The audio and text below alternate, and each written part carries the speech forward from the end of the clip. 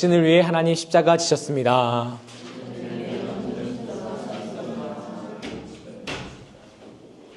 이렇게 한번 인사해 드릴까요? 다시 한번. 당신만 있어도 예수님 십자가 지셨습니다.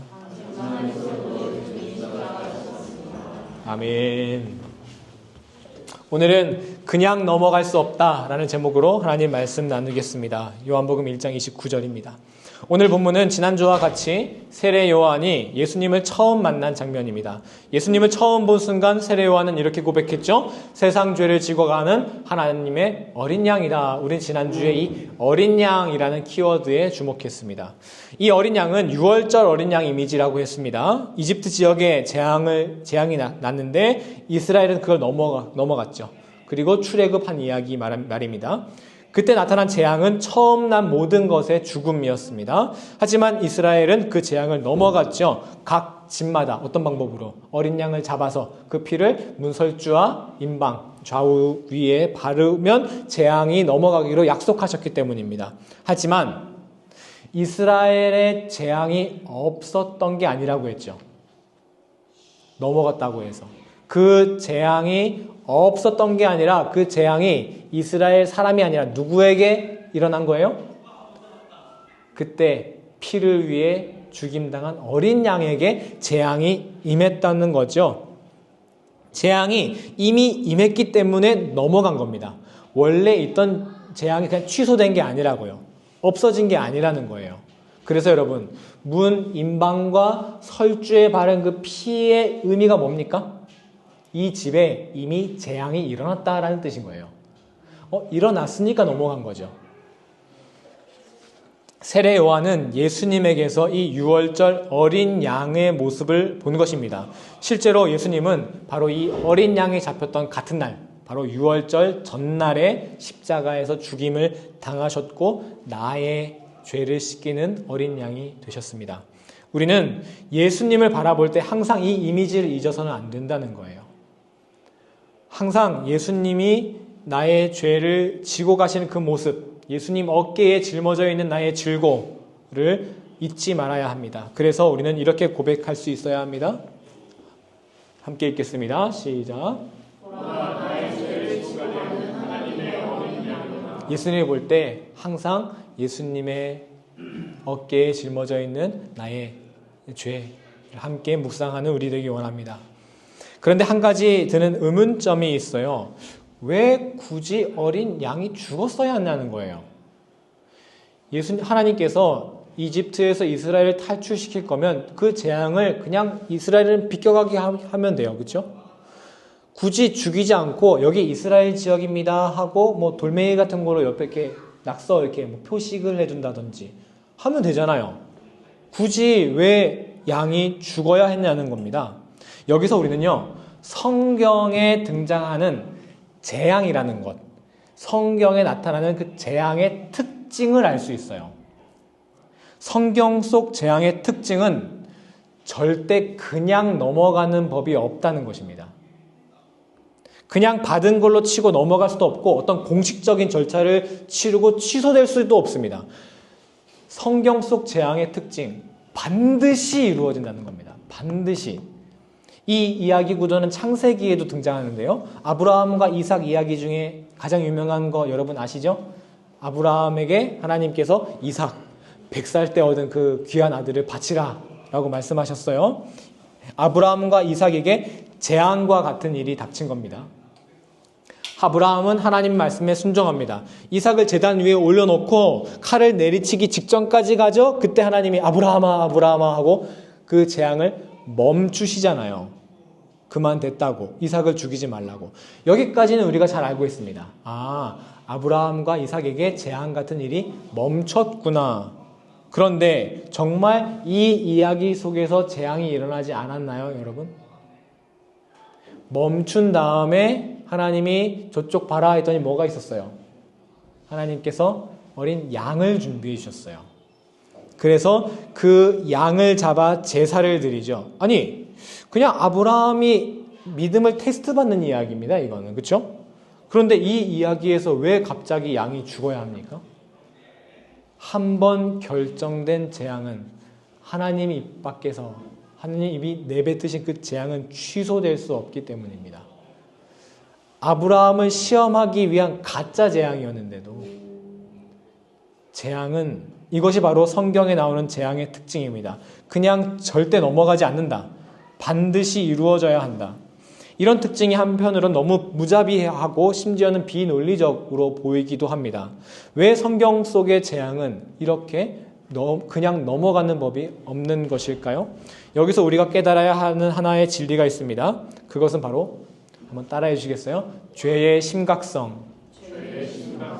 죄가 얼마나 심각한지요.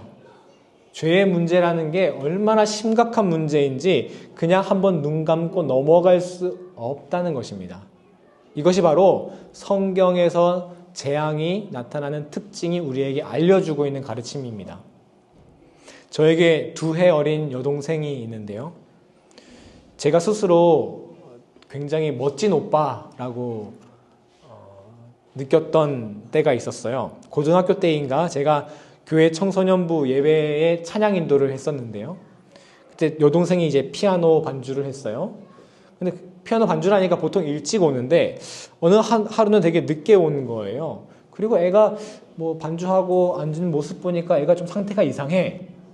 친구랑 같이 앉았는데 둘이 얼굴이 뻘개가지고 뭐 이러고 있는 거예요. 보니까 뭐 어디서 뭐 맥주든지 소주든지 한 잔 마시고 왔나 봐요.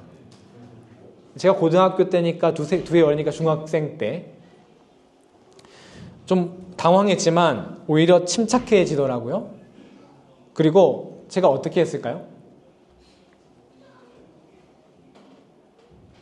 평소에는 정말 뭐 엄청 뭐라 그러고 막 이렇게 싸우고 이러거든요. 그때는 정말 아무 일 없었다는데 그냥 넘어갔어요. 거기에 대해 어떤 티도 안 냈어요. 그 이후 제 동생은 전혀 뭐 걱정할 것 없이 뭐 착실하게 뭐 술은커녕 뭐 핸드폰 이런 것도 잘 안 뒤다보고 그런 아이로 잘 자랐습니다. 그때 왜 제가 아무 일 없던 것처럼 그냥 넘어갔을까요? 별일 아니니까요. 중학생이 맥주 한 잔 마신 거 막 호들갑 떨면은요, 그 막 뭐라고 하면은 더 어긋나지 않겠어요? 어떤 일이 생겼을 때 너무 큰 일이 아니라면 그냥 넘어가는 게 더 좋을 때 있지 않겠습니까? 우리 부모님 되신 분들께서 우리 아이가 어떤 잘못했을 때 그냥 넘어간 때 많지 않습니까? 그렇게 판단하신 거죠. 아, 이 정도 일은 그냥 넘어가는 게 좋겠다. 그런데 만약 제 동생이 뭐 맥주 한 잔 마신 그게 아니라 동급생을 막 때리고 따돌리고 괴롭혔다. 그러면 그런 문제 그냥 넘어가도 될까요? 괜찮아. 오빠가 다 처리했으니까 어깨 펴고 당당하게 학교 다녀. 이렇게 그냥 넘어가면 큰일 나는 거예요. 그렇죠? 애를 괴물로 만들겠죠. 어떻게 해야 됩니까? 자기 잘못을 깨달을 만큼 아주 눈물 쏙 빼놓고 혼내야죠. 필요하다면 나서서 법적 처벌까지 받도록 해야죠. 그냥 넘어가면 안 되는 거예요. 왜? 큰 문제니까요. 심각한 문제니까요. 여러분, 어떨 때 그냥 넘어가면 안 된다고요? 그 문제가 심각할 때. 성경 속 재앙이 왜 반드시 이루어집니까? 왜 그냥 넘어가는 법이 없습니까? 우리의 죄의 문제가 그냥 넘어갈 문제가 아니라는 거예요. 그냥 쉽게 생각할 문제가 아니라는 겁니다. 죄의 문제가 얼마나 무서운지 말입니다. 창세기 2장에 따르면 하나님께서 인간에게 처음 하신 말씀이 바로 이겁니다.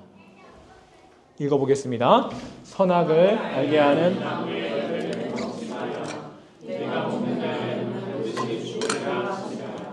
반드시 죽는다. 하나님 말씀 따르지 않으면, 즉 죄가 있으면 반드시 죽는다. 하나님께서 이미 입 밖으로 내뱉으신 재앙입니다. 죄는 그냥 넘어갈 수 있는 문제가 아니라는 것입니다. 또 있습니다. 마태복음 5장에 있는 말씀인데요. 한번 읽어주시겠어요? 시작.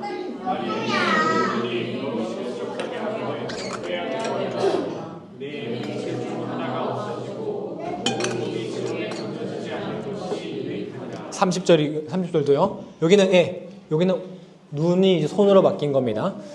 여러분, 실제로 예수님께서 눈 빼버리고 가라 이런 말씀이 아니시잖아요. 죄가 얼마나 심각한 문제인지 말씀하고 있는 거예요. 야, 눈 하나 없는 것보다 죄 없는 게 나아. 죄 있는 거 이거 큰일이야. 죄의 심각성을 이렇게 강조하는 말씀 여러분 들어보셨습니까? 근데 이런 말씀을 우리가 자꾸 외면하게 되죠.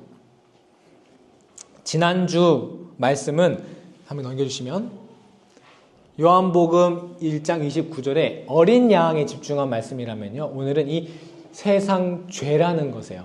어린 양이 나 대신 지은 그 죄가 얼마나 심각한지 우리가 잊지 말아야 합니다. 우리 한국교회는요, 전 모든 세계 기독교, 여러 다양한 분파 기독교를 봤을 때 굉장히 죄를 중요하게 생각하는 분파 중에 하는 그런 부류예요, 우리 한국교회가. 그래서 여러분, 한국교회 기독교 서점 가시면요, 어린이 공과 코너가 있잖아요. 그 공과 코너 이렇게 한번 보세요. 그러면 제1과가 죄 이렇게 된 게 꽤 있어요. 되게 특이하지 않아요? 하나님, 말씀, 창조 이럴 법도 한데 다른 교재도 아니고 어린이 교재에 죄 이렇게 된 게 한 반절 될 거예요. 그만큼 죄를 강조한다는 거죠. 그런데 그 죄를 우리가 어떻게 다루느냐? 별거 아닌 것처럼 다룬다는 거예요. 이게 문제예요. 말로는 심각하게 말해요. 이것 때문에 우리가 하나님 못 만나는 거야. 말로는 심각하게 다루는데 어떻게 말합니까? 예수님이 해결해 주셨대. 끝났어. 별 문제 아니야. 하고 끝나요. 그러니까 우리에게 죄는 그냥 어떤 죄를 지어도 아멘, 예수님 믿습니다 하면 그냥 생각 안 해도 되고, 굳이 이것 때문에 힘들어할 필요 없는 거.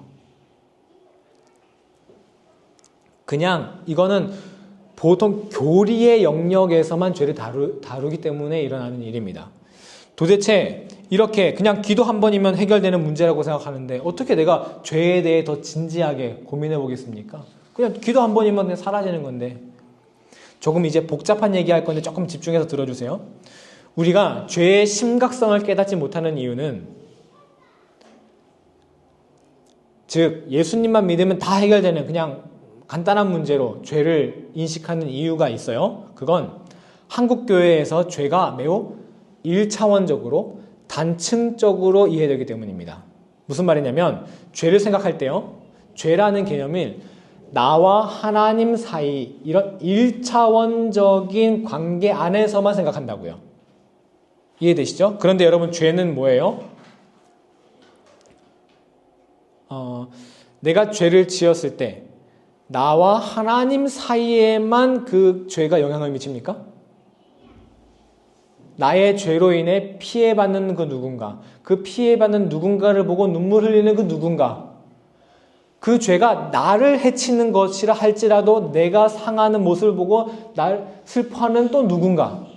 여러분, 죄의 문제는 1차원적인 단순한 문제가 아니라는 거예요. 아주 매우 다층적이고 복잡한 문제라는 거죠. 그런데 우리는 죄를 뭘로 여기냐면 그냥 내가 하나님께로 가는데 그냥 그 길에 방해가 되는 그 장애물 정도로만 여겨요. 단순하게 여긴다고요. 그래서 나타나는 한국교회의 모순적인 면을 고발한 영화가 있지 않았습니까? 밀양이라는 여러분 잘 아시죠? 혼자 아들을 키우는 한 엄마가 있었는데 어느 날 살인마에 의해 아들이 살해당합니다. 엄마는 너무 힘들었지만 믿음으로 그걸 극복을 해요, 교회에서. 그리고 예수님의 용서를 담는다라는 의미로 그 살인마를 찾아가기까지 합니다. 내가 너를 용서하겠습니다, 고백을 하려고요. 그랬더니 그 살인마가 표정이 어때요? 그 세상 누구의 표정보다 너무 밝아요. 괜찮다고. 나는 이미 하나님께 용서받았다고. 여러 복잡한 설명이 가능하겠지만 왜 이 살인자의 문제가 뭡니까? 자신의 죄를 누구의 관계로만 생각한 거예요? 하나님과 나의 관계로만 생각한 거예요. 죄를 너무 단순하게 생각한 거죠. 그냥 하나님께 기도하니까 죄는, 이 정도 죄는 그냥 넘어갈 수 있다고 생각한 겁니다. 단순한 문제라고 생각했다는 거죠. 하지만 죄는 그냥 천국 가는 길을 가로막는 그냥 구조적인 문제, 교리적인 문제가 아닙니다. 죄가 무서운 이유는 다른 이로 하여금 나의 죄가 다른 이로 하여금 상처를 입히고 실족하게 만들기 때문입니다. 이게 얼마나 큰 문제인지 한번 마태복음 18장 6절을 한번 읽어보겠습니다. 시작.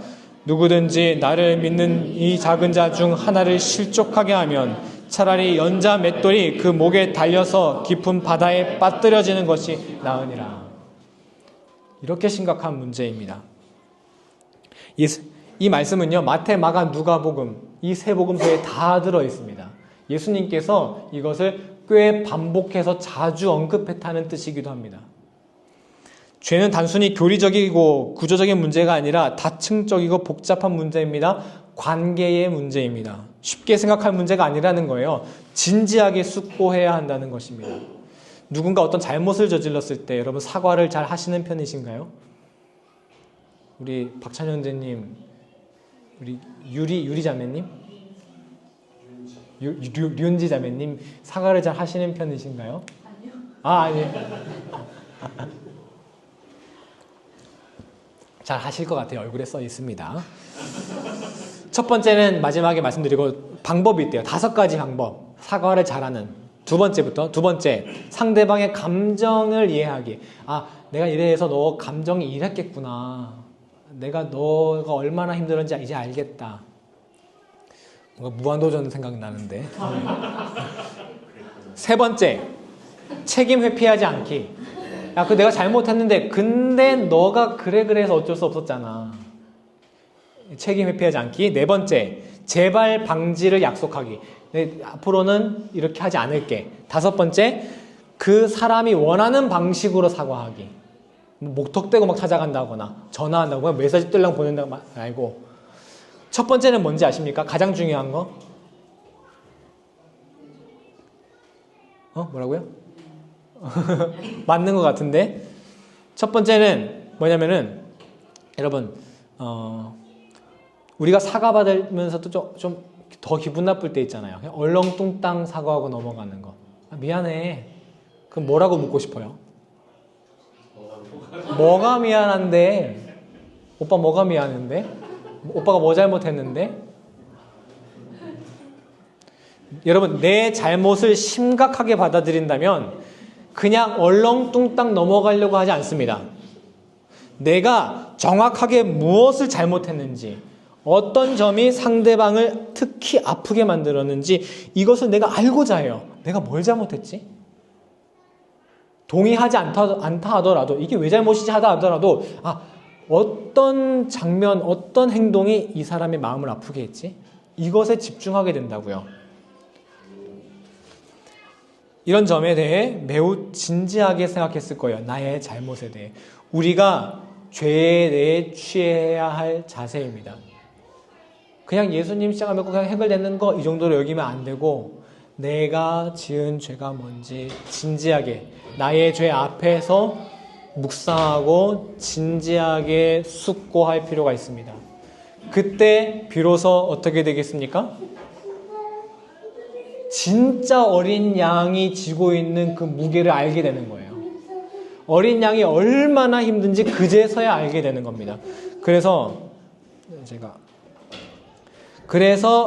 이제 말씀하신 바울의 말씀이 이 뜻입니다. 로마서 5장 20절.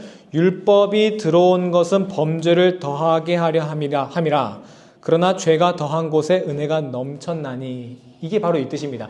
죄를 더 지어서 은혜 더 크게 받자가 아니라 죄를 더 진지하게 생각하고 대할 줄 아는 사람이 비로소 진정한 은혜의 크기를 알게 된다라는 뜻입니다.